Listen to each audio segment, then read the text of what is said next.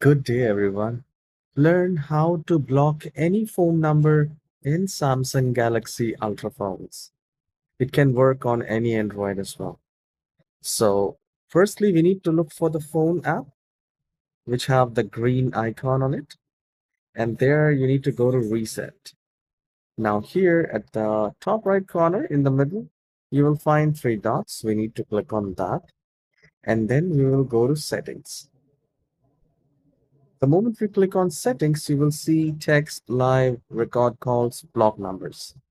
Now we need to click on this block number. Either you can add phone number or you can go to the contacts and you can block the phone number.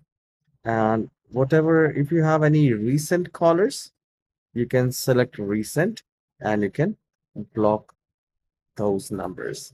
It is very easy to do and you can do it yourself. If you find this tutorial short and helpful, please don't forget to hit the like and subscribe. I'll see you in the next video. Have a wonderful day.